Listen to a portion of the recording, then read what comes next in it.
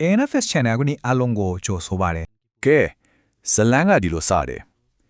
်လူသူမရှိတဲ့တောနဲ့ကြီးတဲ့မှာစွန့်ပစ်ထားတဲ့ရေဒီယိုစခန်းဟောင်းကြီးတစ်ခုသူ့ဝနမာယအဲ့ဒီမှာတငယ်ချင်းတစုကကြောက်စရာကောင်းတဲ့ငိုးတန်းတစ်တန်းကိုကြားလဲရတယ်သိတယ်မလားဆက်စုချင်းစိတ်နဲ့အဲ့ဒီအတန်းလာရနောက်ကိုလိုက်သွားကြရောအခန်းတစ်ခုရှိကိုရောက်သွားတဲ့ချိန်မှာပဲဗျာရုတ်တရက်ဆိုသလိုရေဒီယိုအဟောင်းကြီးကသူ့အလိုလိုပွင့်လာပြီးရုပ်ဝစမ်းကျဲတဲ့အတန်းတစ်တန်းထွက်လာခဲ့တယ်အဲ့ဒီအတန်းကသူ့လို့ကိုကြိုးဆိုပါတယ်တဲ့ပြီးတော့သူ့လို့တော့တချင်းတပုံဖွင့်ပေးမယ်လို့ပြောလိုက်တယ် အဲ့ဒီစကားတန်အဆုံးမှာပဲမယုံနဲ့လောက်အောင်ကြောက်စရာကောင်းတဲ့မြင်ကွင်းတစ်ခုစတင်ခဲ့ပါတော့တယ်ဘယ်ကားနဲ့ဘလို့ရောက်လာမှမသိတဲ့ပြာအုပ်ကြီးတအုပ်ဟာအခန်းထဲကိုအလုံးရင်းနဲ့တိုးဝင်လာပြီးအဲ့ဒီသူငယ်ချင်းတစုကိုတယောက်မှမကြအောင်ရဲရဲဆက်ဆက်တိုက်ခိုက်တက်ဖြတ်သွားတယ်ဒါဟာအဲ့ဒီစခန်းကတစ်စစ်ရဲ့တေစီလောက်တဲ့စွမ်းအားကိုပထမဆုံးကြီးမိတ်ဆက်လိုက်တာပါပဲ ဟုတ်ပြီဇလန်ရဲ့အထက်ကစက်ကောင်ဒီဘက်ကိုလှည့်ကြရအောင်သူတို့ကတော့ Yagov နဲ့ Mindili ပါသူတို့နှစ်ယောက်ကဘာလုပ်လဲဆိုတော့စစ်လို့ရှာမှုရှာဖွေသူတွေအတွက်တရေ6တဲ့အတူရောင်ခီးစင်တွေစီစဉ်ပေးပြီးအသက်မွေးကြတာပေါ့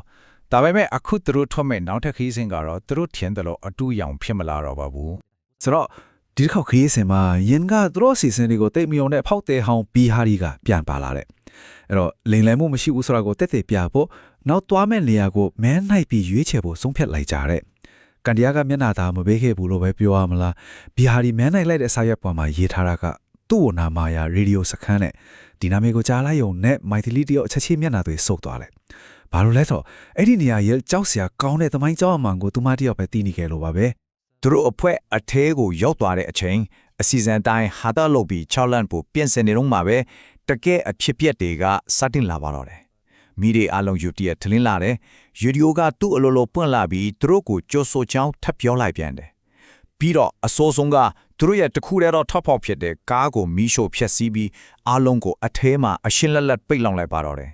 အဲ့ဒီကနေအသက်လူပြီးထပ်ပြေလွတ်နောက်ခဲ့ကြပြီမဲ့သူတို့ဘေးကင်းသွားပြီလို့ထင်ခဲ့တာကတော့အကြီးကျယ်မားသွားပါတယ်တဆေးရဲ့ချိန်စာကသူတို့နောက်ကိုတကောက်ကောက်လိုက်လာပြီဆိုတော့မကြခင်မှာပဲတီးလိုက်ရပြီအသက်ရှင်ဖို့တော့တိတ်မင်းနဲ့အပြေးပြိုင်ပွဲတစ်ခုကိုစတင်လိုက်ရပါတော့တယ် အဲ့ဒီဝိညာဉ်ဟာခီးသွားအဖွဲ့ဝင်တွေကိုတယောက်ပြီးတယောက်ကြောက်စရာအကောင်းဆုံးနီလန်းလေးနဲ့စပြီးလိုက်လံထပ်ဖြတ်ဖားတော့တယ်ယထာမောင်သမားနှစ်ယောက်ကိုသူတို့အလုံးလုံးနေတဲ့ယထာပေါ်ပါပဲတတ်တယ်နောက်တစ်ယောက်ကိုအဆောက်အမြင့်ပေါ်ကနေတွန်းချပြီးတတ်တယ်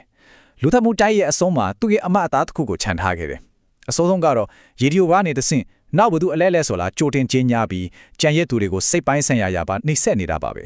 ရေကဘာဟာလူတက်မှုဖြစ်ပွားရနေရာတိုင်းမှာထူးခြားတဲ့တန်ကေတာတစ်ခုကိုတတိထားမိလာပါပဲဒါကတော့တေဆုံးသူရဲ့တွင်းနဲ့ရေးဆွဲထားတဲ့ချက်ချစ်ခတ်စကြပုံစံပါပဲအဲ့ဒီတစေကဒါကိုငားလမ်းမလို့ခေါ်တယ်ဒီအမသားကသူတို့ရင်ဆိုင်နေရတဲ့ຢာဟာတာမန်မဟုတ်ဘူးဆိုတာကိုပိုပြီးနဲ့နဲ့ရှိုင်းတက်သေးပြနေသလိုပါပဲ ဇလန်းရဲ့အလက်အပြောင်ထူကတော့ဒီမှာစတာပါတစ်စေးရဲ့နောက်ထပ်ပြစ်မှတ်ကကောင်းမလေးငယ်လေးတယောက်ယာဂဖ်ကအဲ့ဒီကလင်းမလေးကိုအတက်နဲ့လဲပြီးကယ်တင်လိုက်တယ်ဒီလိုကြားဝင်ဆွဲဖလိုက်တာအကြောင်းတစ်စေးကအကြီးရဲ့ဒေါတာထွက်သွားပြီးယာဂဖ်ကိုသူ့ရဲ့အထီးကပြစ်မှတ်အဖြစ်တတ်မှတ်လိုက်ပါတယ်ဒီတိုက်ပွဲဟာအခုဆိုရင်ပုဂ္ဂိုလ်ရဲ့တိုက်ပွဲဖြစ်သွားပါပြီ ဟူးဇလန်ကတော်တော်ဘေးကိုတဲမညွေပြီနော်တစီရဲ့နောက်ကျောင်းရာဇဝင်ကိုမဖော်ထုတ်ခင်မှာဒီဇလန်ကိုစိတ်ဝင်စားရဲဆိုရင် like button လေးကိုတစ်ချက်လောက်နှိပ်ပြီးအားပေးခဲ့ပါအောင်တကယ်ကိုအားဖြစ်စေပါရဲ့ ကဲအသက်ရှင်ကျန်ရဲ့သူတွေကိုကယ်တင်ဖို့ဆိုတာရာခက်ကြောက်ဒီထိစေးကဘသူလဲဘာလို့ဒီလောက်အထိလက်စားချေနေရတယ်လဲဆိုတာကိုစတင်စုံစမ်းပါတော့တယ်ဒါဟာမစ္စာတကောင်ဘလို့မွေးဖွားလာတယ်လဲဆိုတဲ့အလွန်ချေခွဲဆရာကောင်းတဲ့ဇလန်တပုတ်လေအစပါပဲ ကြံရဲ့တူတွေရဲ့အတက်ကိုကဲတင်ဖို့အတွက်ယာကဖြစ်ရှင်းရမယ်အဓိကမေးခွန်းကတော့ဘီရှန်ရပါဆိုတာဘာတူလဲဆိုတာပါပဲဒီမေးခွန်းရဲ့အဖြေကပဲတစ်ဆေးရဲ့ခြေကွဲဆရာအတက်ကိုဖော်ထုတ်ဖို့တောချက်ဖြစ်လာမှာပါ စုံစမ်းမှုအရဘီရှင်းယာပါရဲ့ကြီးခွဲဆရာဇလန်းကတဖြည်းဖြည်းပေါ်ထွက်လာပါတယ်သူဟာမွေးကလေးကဖခင်ရဲ့နှိမ့်ဆက်မှုကိုခံခဲ့ရပြီးသူ့ဘဝရဲ့တစ်ခုတည်းသောမျှော်လင့်ချက်ကရေဒီယိုအာချီတယောက်ထိဖို့ပါဒါပေမဲ့သူရတဲ့လူကိုတခြားတယောက်ကိုပေးလိုက်တဲ့အခါမှာတော့ဒေါသပေါက်ကွဲပြီးလူပုံအလဲမှာအရှက်ခွဲခဲ့တယ်အဲ့ဒီရှက်ကြောင့်အဲ့ဒီမျိုးသမီးကကိုတက်သေးသွားပြီးသူမရဲ့ခင်ပွန်ကဘီရှန်ကိုစနေရက်ကြာအောင်ညင်ပန်းနှိမ့်ဆက်ပြီးတပ်ဖြစ်ခဲ့တယ်ဆိုတော့သူဟာမွေးရပါမိစာတကောင်မဟုတ်ပဲရက်ဆက်မှုရဲ့သားကောင်ဘဝကနေလက်စားချေလို့စိတ်ပြင်းပြတဲ့ဝိညာဉ်တစ်ခုဖြစ်လာခဲ့တာပါ ပြီးတော့အရေးကြီးဆုံးအချက်သူတို့ဖွဲ့ရေဒီယိုစခန်းထဲကိုပထမဆုံးဝင်တော့ကရာကမတော်တဆချိုးဖဲ့မိခဲ့တဲ့မန်တချက်ကိုမမိကြသေးလားအဲ့ဒီမန်ကတမန်မန်တချက်မဟုတ်ပါဘူးအဲ့ဒါက